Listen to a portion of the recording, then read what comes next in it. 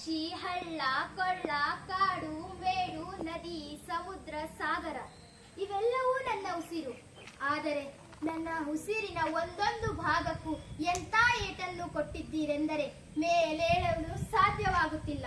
ಸಹಿಸಲು ಅಸಾಧ್ಯವಾದ ನೋವಿದ್ದರೂ ಮೇಲೇಳುತ್ತೇನೆ, ಮೇಲೇಳುತ್ತೇನೆ, ಮೇಲೇಳುತ್ತೇನೆ.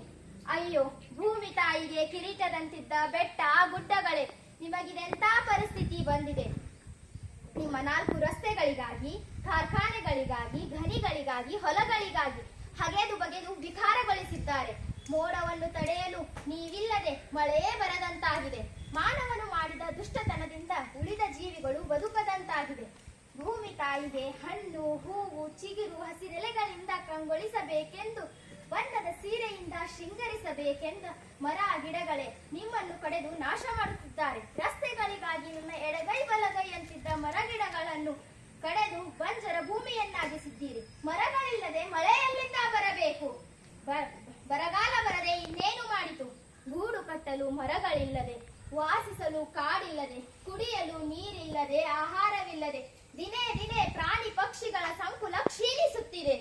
ಕೈಗಾರೀಕರಣದಿಂದಾಗಿ, ನಗರೀಕರಣದಿಂದಾಗಿ, ಜಾಗತೀಕರಣದಿಂದಾಗಿ ಕಾಡನ್ನು ಕಡಿಯುತ್ತಿದ್ದೀರಿ, ಬೆಂಕಿಯಿಂದ ಸುಡುತ್ತಿದ್ದೀರಿ. ಮಾನವನು ತಾನು ಬದುಕಲು ಆಹಾರ ಸರಪಳಿಯ ಅವಶ್ಯಕತೆ ಇದೆ ಎಂಬುದನ್ನೇ ಮರೆಯುತ್ತಿದ್ದಾನೆ. ನದಿ, ಹಳ್ಳ, ಕೊಳ್ಳ, ಸಮುದ್ರ, ಸಾಗರಗಳ ಪರಿಸ್ಥಿತಿ ಹೇಳತೀರದು. ಜಗತ್ತಿನ ಎಲ್ಲಾ ಬೇಕಿಲ್ಲದ ವಸ್ತುಗಳ ತವರೂರಾಗಿದೆ. ಮಾನವನು ತಾನೇ ಮಾಡಿದ ಮಲಿನದಿಂದ ಅನೇಕ ರೋಗಗಳಿಗೆ ಬಲಿಯಾಗುತ್ತಿದ್ದಾನೆ.